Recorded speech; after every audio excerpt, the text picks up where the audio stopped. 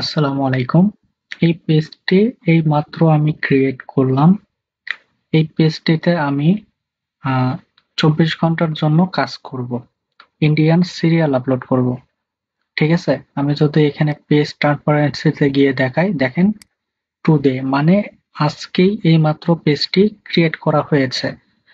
তো এই পেজটিতে ২৪ ঘন্টার মধ্যে বা একদিনের মধ্যে কি পরিমাণে ফলোয়ার আনা যায় ইন্ডিয়ান সিরিয়াল আপলোড করে সেই রেজাল্টটা দেখার জন্য ফুল ভিডিওটা আপনারা দেখবেন, তাহলেই বুঝতে পারবেন।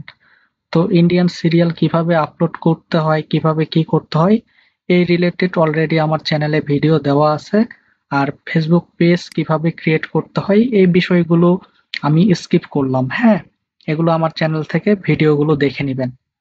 তো চলেন ২৪ ঘন্টার পরে আমরা এই পেজের রেজাল্টটা দেখব। ঠিক আছে?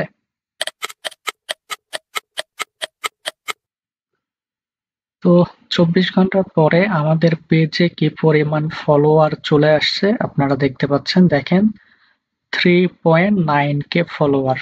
এইটা আমার ২৪ ঘন্টার মধ্যে আসছে। ঠিক আছে? তো এখানে রিলস অপশনে যদি যাই, এখানে আমার কিছু সিরিয়াল আপলোড করা হয়েছে, এগুলোর মাধ্যমে ভিউ আসছে। আরো অনেকগুলো সিরিয়াল আপলোড করেছিলাম, ওগুলো ডিলিট করা হয়েছে। হ্যাঁ, তো এখানে দেখতে পাচ্ছেন যে ২৪ ঘন্টার মধ্যে যদি এই পরিমাণ ফলোয়ার আসে, তো আপনি যদি ইন্ডিয়ান সিরিয়াল আপলোড করেন তাহলে একটা পেজে কতগুলো ফলোয়ার আসতে পারে চিন্তা করতে পারেন। আপনার আমি দেখাই, অনেকেই মনে করবে যে এটা হচ্ছে পুরনো পেজ, কিন্তু আমি যদি এখানে পেজ ট্রান্সপারেন্সিতে গিয়ে দেখাই, এখানে দেখেন স্টার্ট ডে।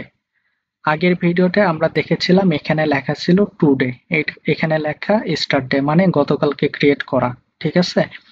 তো আশা করি আপনারা বুঝতে পারছেন যে ইন্ডিয়ান সিরিয়াল আপলোড করে কি পরিমাণ দ্রুত লাইক ফলোয়ার আনা সম্ভব।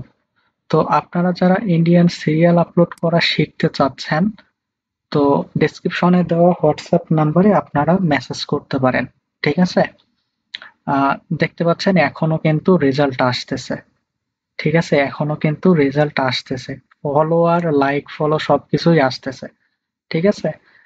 আশা করি আপনাদের পুরো বিষয়টি আমি দেখাইতে পারছি। ধন্যবাদ আপনাদের সকলকে।